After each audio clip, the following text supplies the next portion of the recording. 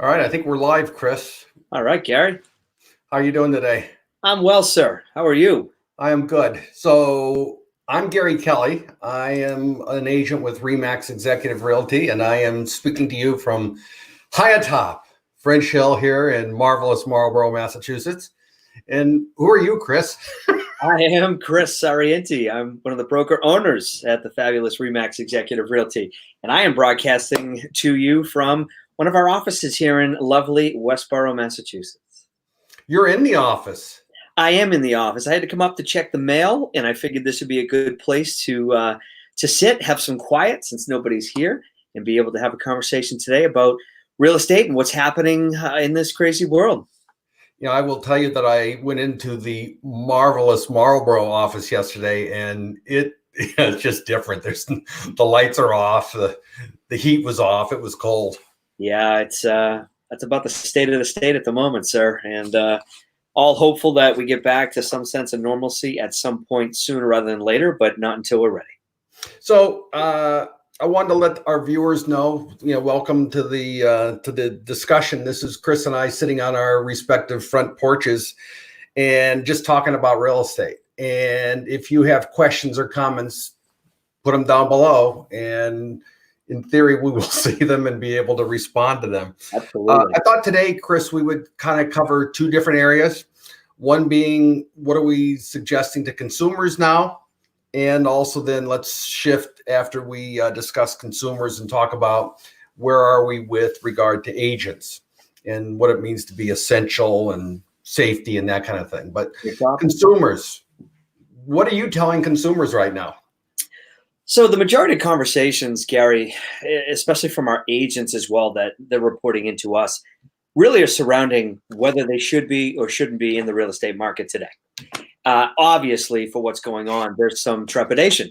People have social concerns about how will I be viewed if I'm trying to sell my house. They have the realistic, applicable concerns of what happens if I'm having people in my home. How does this all go about now? And as you know very well, real estate is different today than it was a month ago, 2 months ago. It is done more virtual than anything else. So what we have been telling the consumers to the best of our ability is to, one, keep them updated with what's happening, adhering to all of the recommendations, but telling them you got a couple things to look at.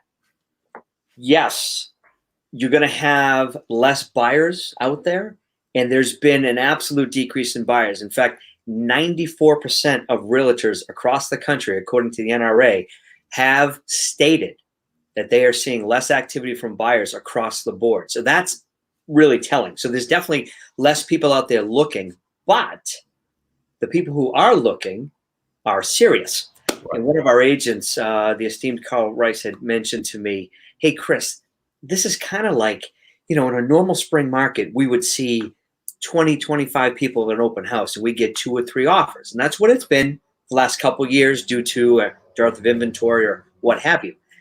I had an open house the other day, he said to me. We had 4 people in after seeing a virtual showing, gloves, masks, booties. We got 1 offer, but the 1 offer was strong, and we feel like we're going to sell the house. So I think that's really where you're seeing it. So from a consumer standpoint, it can still be a time to sell your home. It's just being done differently, and it's being done with tremendous precaution. That's kind of what we're seeing. How about yourself? Because, you're out in the front lines. I'm really curious what you're also seeing. Well, I'm seeing kind of the same thing. The thing that I'm seeing that's interesting is the expectation of where price should be. I'm seeing the buyers that are out in the market now saying, hey, fewer buyers, this is going to be a great opportunity to get a deal. And the sellers that I'm working with are saying, yeah, not so much. Yeah. And so there is a gulf, if you will, between what buyers are thinking the market should be doing now and what the sellers are doing. And, we have been able to close that gulf in nearly all cases. So that's a good thing. So the gulf isn't too wide is my point. But there is that expectation that, hey, the world's on sale right now. And I'm not finding that to be the case.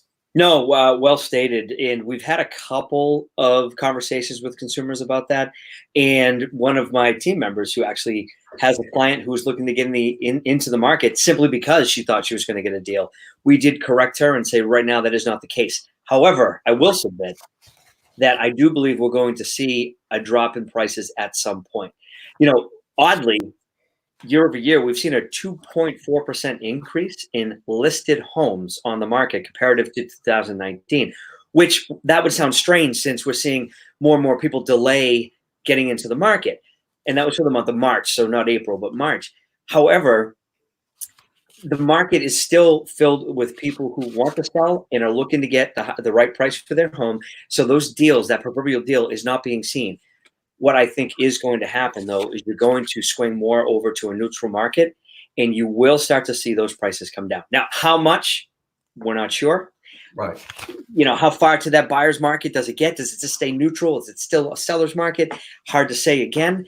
In statistically, anything under 6 months of inventory is still considered a seller's market. We were at, before all this, a month and a half of inventory, which is unbelievably low. It's historically low. So to get it even to a neutral market, I think we still have a little ways to go. But I think you're going to see those prices come down. I still don't think you're going to see that deal happen that some buyers are kind of looking at to take advantage of maybe what's happening. Right. Not in a bad way, but you know what I mean. But that's I pulled some numbers before the meeting, and Worcester County single family homes today, as of right before the meeting when I hit the button, we had 1,100 single family homes on the market in Worcester County. A month ago, 1,077. Wow. I'm going to say that that's kind of the same. Yeah, it's the same. And I think it's interesting. We are, approaching the leveling point of the surge. Mass General says that that's what they're seeing. The governor's still seeing it creep up a little bit. Bottom line is, I think everyone would say we're kind of starting to make that, and then we're going to see it. Hopefully, after it levels out, we're going to see it drop again. And so, at some point, this is going to be a different market. At some point, we used to talk about what's it going to be like when we're past this. Yeah. I'm in the mindset now that we're not going to be past it. We're going to have to learn to live with the virus. And so what are you telling your sellers that they need to do, and your buyers, to be sensitive that we're living in an age where there's a virus around and you can get sick and all that stuff? And I don't want to get sick. I don't want my sellers getting sick. And I don't want the buyers being sick. So, and I'm not a medical person. So other than sanitizing, wearing gloves and booties, what are we telling people? Yeah, we're telling people to limit the amount of exposure the best that you can, while at the same time marketing the home. So how does one do that? And that's where that technology piece comes in. I think sellers going forward, and to your point, this is historically, and I'm not a medical person either, but in reading about this and listening and trying to learn as much as I can about it, historically with viruses, they come and they go, but they don't go away. They come, they go, and then they come back, and then they go back. And so you kind of see this roller coaster ride a little bit. And the hope is it's here, it's here, it's here, it's here. And it goes down over time to a point where it flattens out. And hopefully by that time there's some sort of vaccine or something along those lines. But until that point, I think we're a ways away, maybe even years away from that. I think you well stated that we're going to have to live with this. So sellers are now being advised to embrace technology. A ton of virtual tours, 457% increase in virtual tours posted on MLS. I mean, that just tells you right there what's happening on that level. Limiting the exposure as far as only buyers who are pre-approved and who are really interested. So a lot of times some roadblocks per se, Gary, but hoops you have to jump through before you can see the home. And you have to watch the virtual tour again, just in an effort to limit the amount of exposure. You don't want people who are just kind of looking. You want people who are really serious. And in small cases, but the most extreme of those cases, we're seeing sellers being either advised or on their own requiring, maybe through the advice of an attorney, only allowing people to see the home who make an offer first, which is interesting, i.e., make an offer sight unseen, watch it online, And then you can come in with the offer contingent upon that in-person viewing. So that's the most extreme piece I've seen. What Right. we're not seeing anymore at all is any sort of open house, any sort of just open showings, that type of thing. So sellers are being advised with that, and they're also saying it because, as you said, they don't want to get sick. They I don't want actually their loved think ones to get I sick. actually think that, and I don't want to say the virus is good, okay, but I think if there's goodness coming out of this, having those virtual tours out there Yeah. only helps better inform consumers. Agreed. And it used to be, in my case, I would do a Matterport virtual tour on higher end listings. Sure. Now I'm Never. doing everything. And I've made it so that I can do the Matterport tour myself. So I'm not having to fund it with someone else. And so it's more cost effective. So my point is there's efficiencies that are coming from this that in the long run will help everyone. Agreed. Agreed. I think we're going to see a changeover in so many ways for the better. And again, never to make light of what is happening. Terrible, tragic stuff is happening around us, but trying to see a silver lining, as you just mentioned, and seeing something positive. I think that's going to be a lasting impression in real estate. I think it's going to be something that continues well after this ends for the betterment of both buyers and sellers. I think more, not a reliant on, but use of technology in order to enhance what we do to help the client, to help our agents, to be better in touch with folks, to be more in touch at a higher level with folks. I think a lot of that is going to come out of this and help us be better at all of that. And we had talked a couple of times about coming out of this stronger than we went in. Right. When I say that, that's what I'm referencing. And I'm fully 100% confident that that will be the case. We will be stronger coming out of this than we went in, and we'll be better at what we do. So yesterday, Governor Baker signed legislation saying you can't have commercial or residential evictions. Yes. That certainly is an interesting wrinkle if you're an investor. What are you telling your investors about that? Yeah, so that was a topic of conversation, to say the least. I had two conversations since that ruling came out. One was interesting because it was two diametrically opposed types of viewpoints. One was very much in favor of it and felt that that was the right thing to do. And absolutely at this time, that's what we're doing. And they were all for it. And I had another one who's unfortunately had to deal with two different instances of, I think what we called before this, opportunists who are simply just not going to pay their rent despite the fact that they can. So I think you're going to have both of those. But in general, the feeling I've gotten from most of the investors and most of the folks who are in those positions was positive, so long as the banks are also listening. Because if they're still responsible for paying their mortgages on those places, it could put them in a hardship after a certain amount of time. So I think that conversations on that end are going to come out. Best of my knowledge, there is things happening at the federal level as far as loan forgiveness, or not forgiveness, but putting off some of those payments for folks both in residential and commercial and investing. If that comes to fruition, I think that this could be a good thing to help some folks out. If it doesn't, and those landlords are still responsible for paying monthly, and someone's going to threaten foreclosure on them, I think we're going to have a problem. Yeah, I was under the impression my dry cleaner was closed. And it turned out I drove by and they were open. So I stuck my head in, and now I have a nice freshly pressed shirt. And I said to him, why are you open? And he looked at me, he says, I've known the guy for years. He looked at me and says, Gary, I can't spend any more time at home. I just can't. So I opened, I had 3 shirts come in.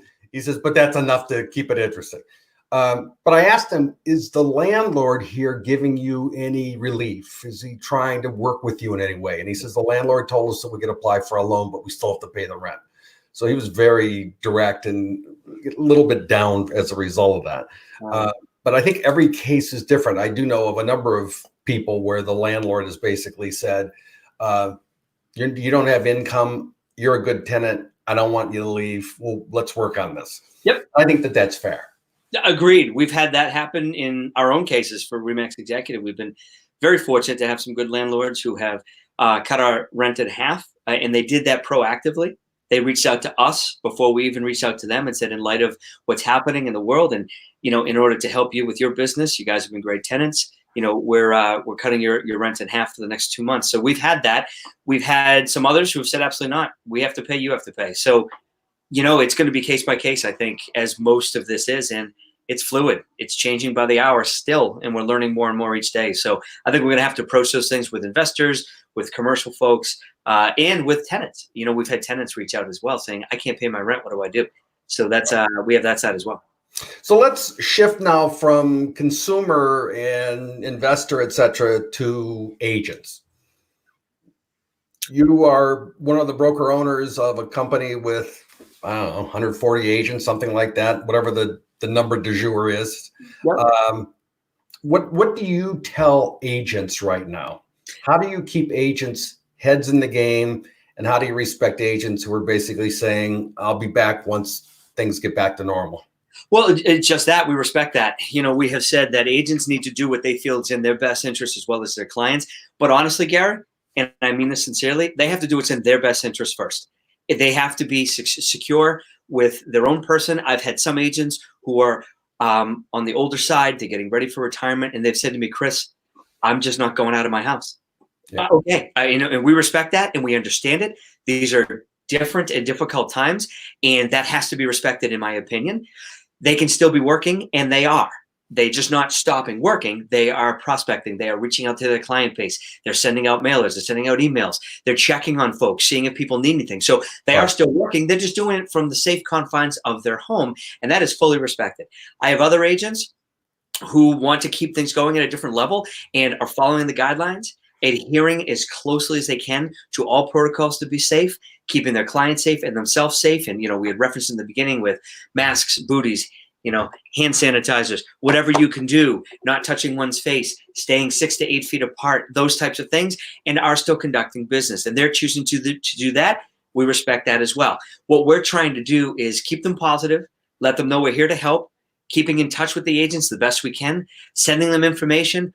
We're holding our Zoom meetings, both large group and small group, and trying to lead from the front and make sure and ensure that they know that they have a voice and that their concerns will be heard. We will continue to support them at that level. And if they need help with how to work from home, we're going to help them do that. If they have concerns about going out and doing showings or what that should look like, we're going to help them do that. If they have clients who are upset with something they're doing and they need to have help with that, we're going to help them do that.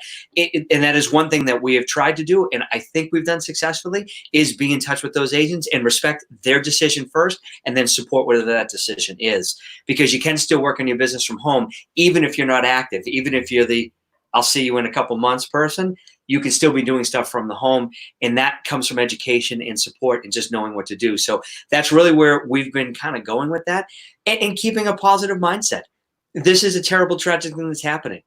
We're doing our best to deal with it. And we are looking for rays of hope and rays of light. What can be done right now? One thing I know, Gary, is when folks feel out of control is when they feel most frightened. I know I do. When I feel out of control, or I feel like I'm not doing what I'm supposed to be doing, or I lack some sort of control of my surroundings, I get anxious, I get stressed, and that brings on fear.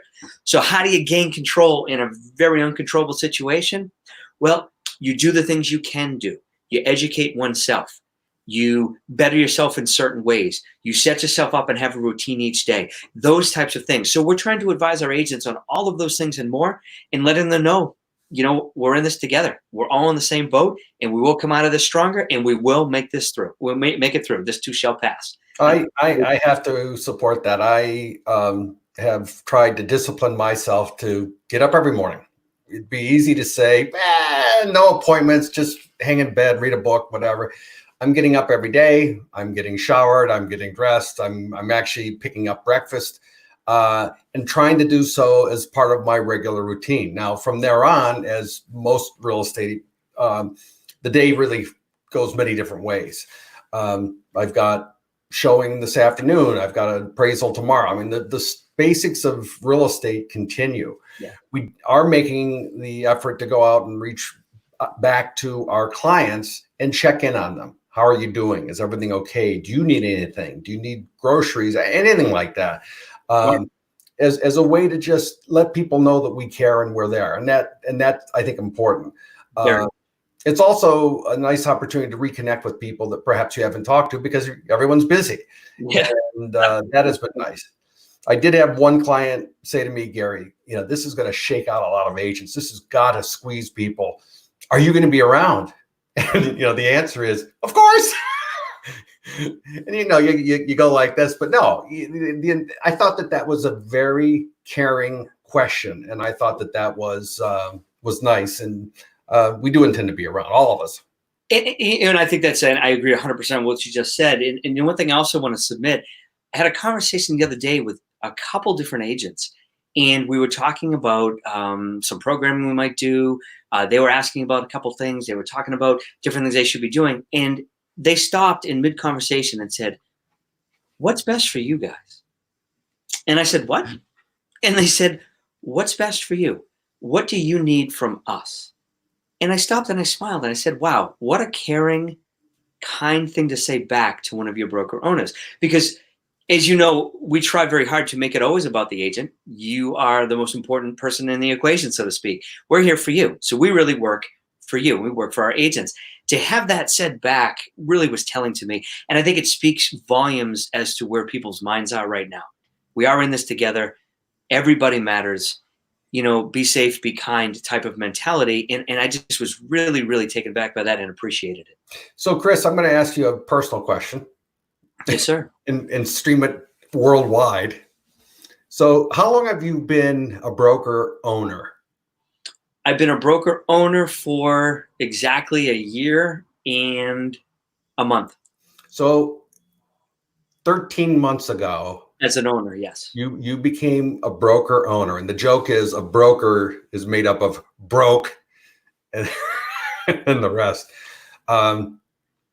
What has been your biggest surprise as a broker owner as we've entered the let's limit it to the last couple of months. What's been your biggest surprise? Because there are those that are probably saying, "Oh, Chris, good luck." Yeah, we've got a lot of that. So yes, I was a broker prior to, and I'd been managing or running offices for several years coming in. However, my experience as an owner, as part of this ownership group, has been wonderful. And I could go on and on about the company, the agents, and my partners. But to narrow it down and be concise, the biggest surprise was how difficult sometimes the decisions you have to make actually are, and being the one who has to make them. That's been not a surprise in the sense that I didn't think that was part of the role, but actually having to do it, going through it, everything from looking at our own staff's hours to cutting our own pay, to furloughing staff, to having to apply for several different loans with several different banks, to all of those what are smaller things to larger things in order to keep the operation going, and having to make those decisions and be firm in your stance. That has been interesting. It's been a bit of a trial by fire. I have learned a tremendous amount by going through this. I don't think it was something I would, looking back on, would have chosen to have to go through all this right now, but it has been an experience, to say the least, and an education. So that has been probably the biggest surprise for me, being so new to the ownership piece, just over a year as an owner, broker for many years, but just a year as an owner, having to make those owner decisions sometimes that are not always popular, but have to be made. I can be empathetic. In 2008, I was an owner of a real estate company in Boston, and we had to make those decisions quickly. And we were a small operation. We had 3 offices, and you're impacting people's lives at some level you're pretty friendly with. And it's hard to go up to someone and say, "Listen, we're in a tough situation and we appreciate everything you've done for us. And dot, dot, dot." So I'm empathetic with that. And I know it's tough, and we, hanging together, we'll all get through it. Chris, we've been chatting now for 25 minutes. Any parting words that you'd like to share? Sure. These are trying times, and we're going to get through them together. Has kind of become cliche, but it's also true. Just because it's cliche doesn't mean it's not accurate, if you will. I'm a big believer that we succeed together in the best of times. Definitely get through things in the worst of times together, as opposed to by ourselves. We must lean on each other. So I tell my agents to lean on me. I tell friends and family to lean on me, because I also may need to lean on you. So I would say to people what we always say. But socially distance, right? Yeah. Oh yeah, of course. Yeah, well, actually lean. From 10 feet away, you can lean. But stay safe and stay strong, and know that we will get through this. And as my mom used to always say, this too shall pass. That's true. That's true. I think that the way I'm looking at it is if we do the right thing for our people, if we try to help people, that will get us to the right answer when it comes to real estate. It's not about let's go list a house. It's about as you talk to your clients, is this the right time? Is this the right approach? I've had clients that said, I don't care what the governor says, I want to sell my house. Yep. I have to. I'm facing ruin. And I've had clients that have said, I'm going to hold off for a bit. And that's okay. Absolutely. Work with your clients and be helpful. Yeah. Very well said, sir. Well, Chris, I want to thank you for spending some time today and sharing your views with the world. And we didn't get any comments or questions in. We'll hope to get some of those the next time. But thank you. Thank you for taking the time. It's been a pleasure. I appreciate it. Stay safe. Stay sanitized. Yes, sir.